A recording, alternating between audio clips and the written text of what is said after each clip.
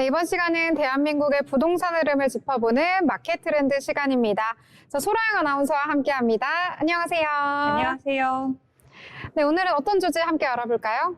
오늘은 요즘 가장 뜨거운 주제 중 하나죠.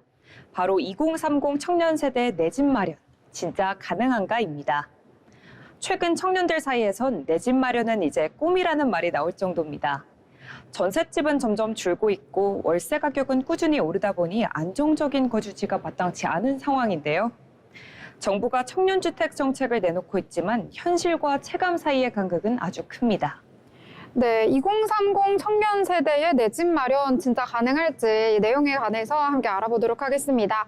자, 요즘에 그럼 청년들 실제로 주거 상황 그렇게 어려운가요? 네, 통계청이 발표한 2024 청년층 통계를 보면요. 청년 세대의 자가 보유율은 18.9%에 불과합니다. 5명 중 1명만 자기 집이 있다는 얘기죠. 특히 전세보다 월세에 거주하는 비율이 점점 높아지고 있는데요. 2022년 기준으로 20대의 월세 비중은 63.6%, 30대는 47.3%로 절반에 가까웠습니다. 서울에 사는 직장인 A씨는 월세로 월급의 절반 가까이를 내는데 이 돈이면 집을 샀겠다라고 말을 할 정도입니다. 네, 이 5명 중 1명만 자기 집이 있다라는 얘기, 남일 같지 않다 이런 생각이 드는데요. 자, 그렇다면 이 정부에서 청년 대상 주택 정책도 활발하게 시행을 하고 있는데 그런데 좀 마땅히 와닿진 않는 것 같아요. 왜 이렇게 체감이 안 되는 거죠? 핵심은 바로 청약 가점제 때문인데요. 현재 진행되고 있는 청약 제도는 무주택 기간, 부양가족 수, 청약 통장 가입 기간 등을 기준으로 점수를 매기는데요.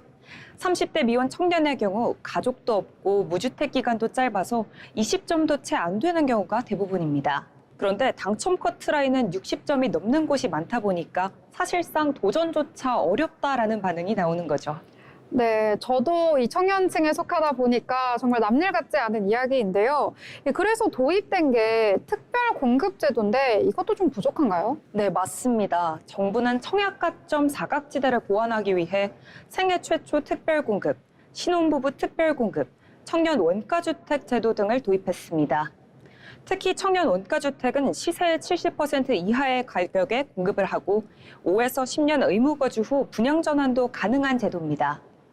정부는 2025년까지 수도권에 50만 호를 공급하겠다고도 밝힌 바 있습니다.